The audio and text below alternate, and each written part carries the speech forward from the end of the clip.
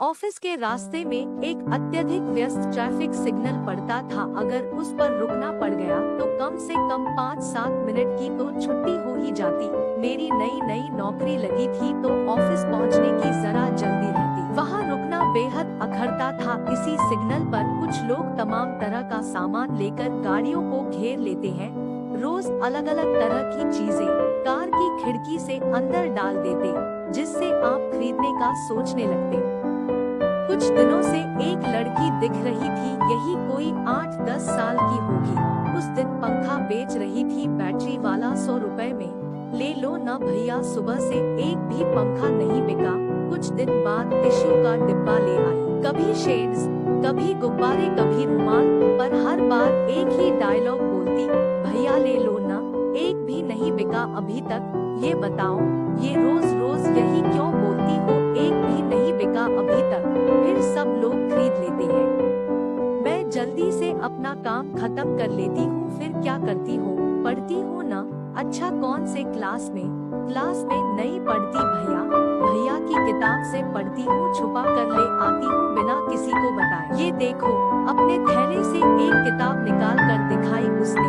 आ वाली, भैया कुछ कहता नहीं, वो तो हर समय खेलता रहता है, पढ़ता ही नहीं तो उसे पता भी नहीं चलता।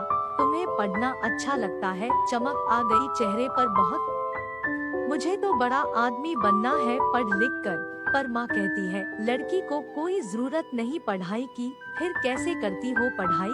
अगर मैं ये सारा सामान बेच देती हूँ तो माँ मुझे भैया को ट्यूशन में ले जाने देती है, छोटा है ना, अकेले नहीं जा सकता। वहाँ क्या करती हो?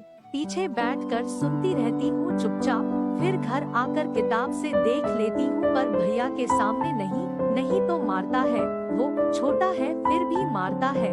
तो क्या हुआ, लड़का है ना। फिर तो जब भी सिग्नल पर मेरी गाड़ी रुकती, वो दौड़ी चली आती, मानो वो मेरी गाड़ी का ही इंतजार कर रही हो। हाँ, अपना नाम दीपिका बताया उसने। शायद माता पिता में से कोई दीपिका का फैन होगा। एक दिन इंग्लिश के उपन्यास ले आई। भैया ये लो कहानी की किताबें, ये ग्रिशाम की, ये हैरी पॉटर की, ये आर्चर की, ये।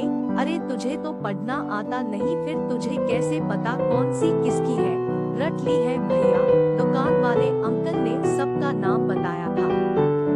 पर धीरे धीरे दीपिका ने मुझे सामान दिखाना बंद सा कर दिया। बस बातें करती रहती, मैं ही जबरदस्ती कुछ न कुछ ले लेता उससे। अगले हफ्ते रक्षाबंधन का त्योहार है, तो अब हर सिग्नल पर राखी से संबंधित सामान बिकते हैं। 2 दिन पहले दीपिका अपना थैला लिए मेरी गाड़ी पर आ गई। भैया आज मैं राखी लाई हूँ, कितनी है?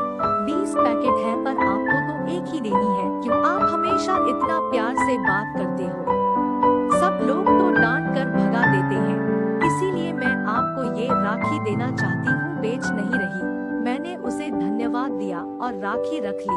उसकी भावनाओं का मान रखते हुए मैंने उसे राखी के पैसे नहीं दिए। जिस ट्रैफिक सिग्नल से मुझे चिढ़ थी, उसी का आज मुझे बेसब्री से इंतजार था। अपने अंदर आए इस बदलाव को देखकर मैं खुद ही आश्चर्यचकित था। भागी चली आई दीपिका मेरी गाड़ी देखकर, मेरी कलाई पर बंधी अपनी राखी देख चौंक गई।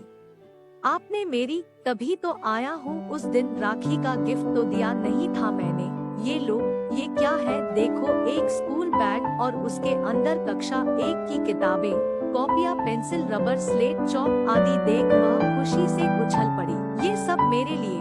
थैंक यू भैया। सिर्फ थैंक यू से काम नहीं चलेगा, खूब दिल लगाकर पढ़ाई करनी पड़ेगी।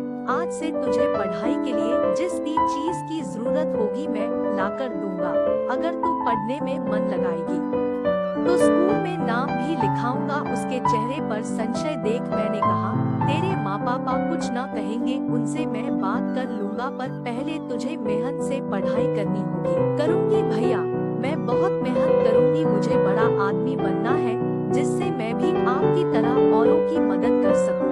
कहकर उसने खिड़की में से हाथ डाल मेरे पाँव छू लिए।